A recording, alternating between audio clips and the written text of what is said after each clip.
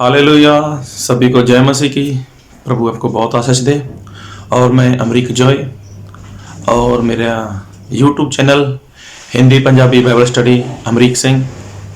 अगर आप मेरे चैनल पर नए हो तो आप मेरे इस चैनल को सब्सक्राइब करें और जो बेल आइकॉन आप उसको टच करें कि जब भी मैं कोई नया वीडियो अपलोड करूं उसकी जानकारी आपको तुरंत मिले। और प्रभु का धन्यवाद करते हैं कि प्रभु ने आज एक बार समय दिया कि फिर से हम लोग परमेश्वर के वचन से कुछ सीख सकें। और मैं आपके लिए वचन पढ़ूंगा। तो मैं पढ़ूंगा आपके लिए नए नियम से लूका रचित सुसमाचार उसका 4 अध्याय और उसका 18 वचन। प्रभु का आत्मा मुझ पर है इसलिए कि उसने कंगालों को सुसमाचार सुनाने के लिए मेरा अभिषेक किया है और मुझे इसलिए भेजा है कि बंदियों को छुटकारे का और अंधों को दृष्टि पाने का सुसमाचार प्रचार करूं और कुचले हुओं को छुड़ाऊं। तो आज परमेश्वर अपने वचन से हमसे कुछ बातचीत करना चाहते हैं, तो ध्यान से सुनना। प्रभु यीशु मसीह ने ऐसा बोला है कि जो पवित्र आत्मा है उसका मेरे पर अभिषेक है। तो प्रभु यीशु मसीह में कोई पाप नहीं था, तो प्रभु यीशु मसीह ने फिर भी बपतिस्मा लिया और प्रभु यीशु मसीह के ऊपर पवित्र आत्मा आए। आप लोग बाइबल पढ़े हो, आपने सुना है, जानते हो कि जो बपतिस्मा है वो पापों की क्षमा के लिए है। लेकिन प्रभु यीशु मसीह में कोई पाप नहीं था, लेकिन वो उसके लिए आज्ञा थी प्रभु यीशु मसीह के लिए, तो प्रभु यीशु मसीह ने आज्ञा को पूरा किया। और उसके बाद जो पवित्र आत्मा आए, तो सही में वो पवित्र आत्मा तो प्रभु यीशु मसीह के अंदर थे ही, क्योंकि प्रभु यीशु मसीह तो पवित्र आत्मा के द्वारा पैदा हुए थे। लेकिन जो पवित्र आत्मा आई तो वो पवित्र आत्मा का अभिषेक था उनके ऊपर। जी हाँ, कोई भी इंसान अगर परमेश्वर का काम करना चाहता है तो उसका अभिषेक पक्का होता है, पक्का अभिषेक होता है।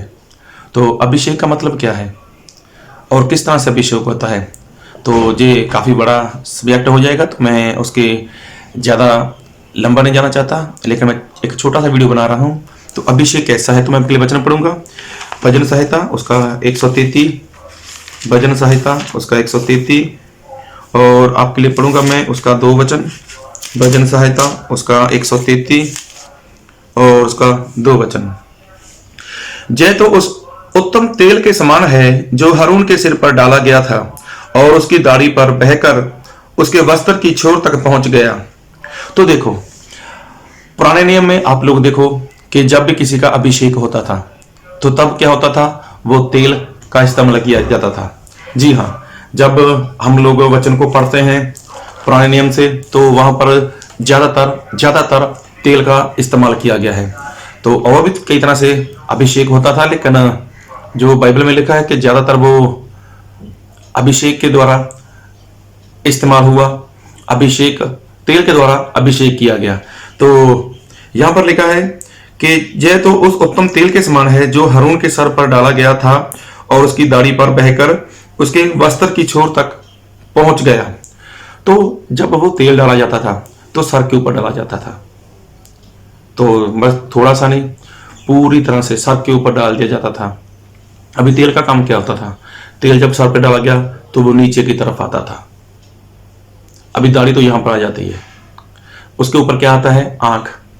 वही तेल आंख के ऊपर आ गया, वही तेल इंसान के मुंह के ऊपर आ गया, वही तेल इंसान के कानों में आ गया।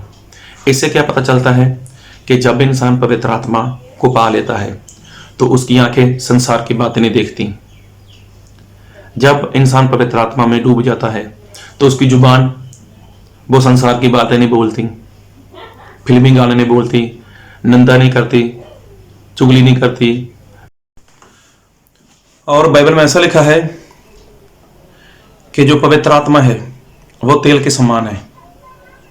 अगर आप मत्ती रचित सुसमाचार उसका 25 अध्याय पढ़ते हो तो वहां पर लिखा हुआ है कि जो 5 मूर्खें थीं उनके पास मिसाल तो थी लेकिन उनके पास तेल नहीं था। तो तेल का काम क्या है, तेल का काम तो मिसाल को जलाने का होता है।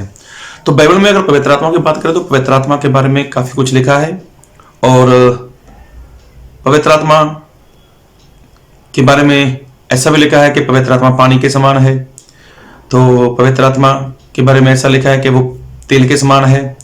तो अभी जो हम सीख रहे हैं, जो भी हम जान रहे हैं, तो वहां पर ऐसा लिखा है कि पवित्र आत्मा जो तेल के समान है उसके द्वारा अभिषेक होता है। तो जब अभिषेक होता है तो वो किस तरह से होता है, तो हम यही बात सीख रहे हैं।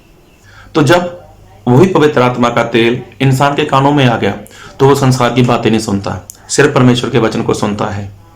तो ये हारून के बारे में ऐसा लिखा है कि जब वो सर में तेल डाला गया तो वो सर से बहता हुआ उसके कपड़े तक, नीचे तक चला गया। मतलब पूरी तरह से वो शुद्ध हो गया, पूरी तरह से वो पाक साफ हो गया।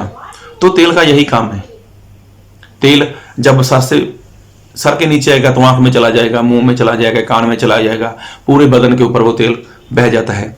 तो आज तो तेल का जो इस्तेमाल करते हैं वो बहुत थोड़ा सा रहता है, वो तो सर के कुछ बालों में लगता है। लेकिन पहले ऐसा नहीं था। पहले तो बड़ा सा सींग होता था, उसमें तेल को भर लेते थे और ऐसा उसके सर के ऊपर अंडेल दिया जाता था। तो जब अंडेल दिया जाता था तो वो तेल बहता हुआ पूरे शरीर के ऊपर आ जाता था। तो जो 133 उसके 2 में लिखा है, यह तो उस उत्तम तेल के समान है जो हारून के सर पर डाला गया था और उसकी दाढ़ी पर बहकर उसके वस्त्र की छोर तक पहुंच गया। वस्त्र की छोर तक मतलब वस्त्र की जो आखिर तक था वहां तक चला गया। तो तेल का ये काम था। और भी लिखा है वचन में, निर्गमन उसका 30 अध्याय, निर्गमन उसका 30 अध्याय, और लिखा है वहां पर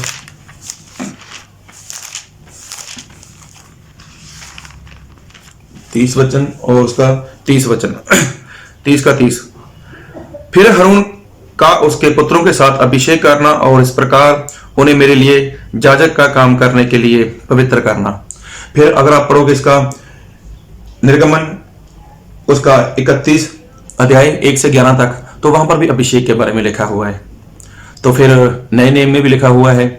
अगर आप प्रेरितों का 10 अध्याय उसका 38 वचन मतलब 38 वचन पढ़ते हो तो वहां पर भी लिखा हुआ है प्रेरितों काम में, मतलब कि जो पवित्र आत्मा है, हाँ, पवित्र आत्मा से जब इंसान का अभिषेक होता है ना, तो पवित्र आत्मा जब इंसान के ऊपर आता है तो वो सर से लेकर इंसान के पूरे शरीर को कवर कर लेता है।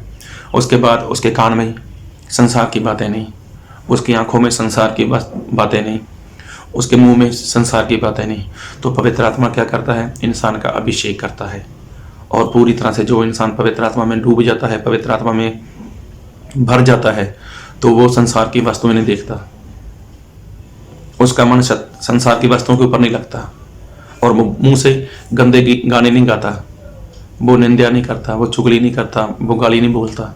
फिर कान की बात करें, जब वो पवित्र आत्मा के साथ उसका अभिषेक हुआ है तो फिर क्या होता है कि वो किसी की ऐसी बातें नहीं सुनता।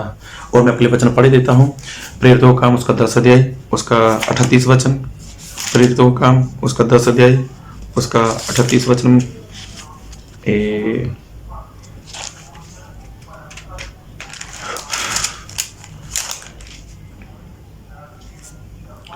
परमेश्वर ने किस रीति से यीशु नासरी को पवित्र आत्मा और सामर्थ से अभिषेक किया। देखो, पवित्र आत्मा से प्रभु यीशु मसीह को अभिषेक किया गया। तो जब प्रभु यीशु मसीह ने पवित्र बपतिस्मा लिया था ना, तो पवित्र आत्मा का जो अभिषेक था, पवित्र आत्मा यीशु मसीह को मिले नहीं थे, वो तो शुरुआत से प्रभु यीशु मसीह के अंदर पवित्र आत्मा थे। लेकिन जब पवित्र आत्मा आए तो वो अभिषेक हुआ था उनका। तो ना तो प्रभु यीशु मसीह में बपतिस्मा लेने से पहले कोई पाप था और ना कोई बाद में पाप था, लेकिन वो तो अभिषेक हो गया था, काम की शुरुआत हो चुकी थी उनकी। तो क्या आपका पवित्र आत्मा के द्वारा अभिषेक हो चुका है? कि आपने पवित्र आत्मा का अभिषेक पाया है? अगर नहीं पाया तो आपको पवित्र आत्मा का अभिषेक लेने की जरूरत है। हो सकता है अपने पानी का बपतिस्मा ले लिया हो तो, लेकिन आपको बपतिस्मा जो अभिषेक है वो आपके लिए बहुत जरूरी है। वो अभिषेक आपको पवित्र आत्मा के द्वारा लेना बहुत जरूरी है। तो जब वो पवित्र आत्मा का अभिषेक आपके ऊपर आएगा तो आप परमेश्वर के पीछे चल सकते हो, आप परमेश्वर के मार्ग को देख सकते हो, आप उसके ऊपर चल सकते हो, उसकी अधीनता में रह सकते हो, उसकी आज्ञाकारी कर सकते हो। तो अभिषेक के बारे में अगर पढ़ना है तो आप निर्गमन में जाइए, वहाँ पे पढ़िए, तो वहाँ पर लिखा हुआ है कि अभिषेक कैसे होता था, किस रीति से होता था, तेल के साथ, मसालों के साथ, इस तरह से अभिषेक होता था। लेकिन जो हमने पढ़ा है 133 उसका 2 वचन कि जब हारून के सर के ऊपर तेल डाला गया तो वो उसके सर से लेकर पूरे जो उसके वस्त्र था, वस्त्र की जो लास्ट छोर थी वहां तक चला गया। मतलब अभिषेक के साथ इंसान भर जाता है। और अभिषेक मतलब आंख में चला गया, कान में चला गया, मुंह में चला गया, तो वो सारी बातें इंसान को दिखाई सुनाई बोलना बंद हो जाती हैं जो संसार की बातें हैं। आप भी परमेश्वर के पवित्र आत्मा के अभिषेक के साथ भर जाएं ताकि आप भी परमेश्वर के राज्य के लिए तैयार हो सकें। और हाँ, आप मेरे साथ मेरे चैनल के ऊपर बने रहें। परमेश्वर आपको आशीष दे। जय मसीह की।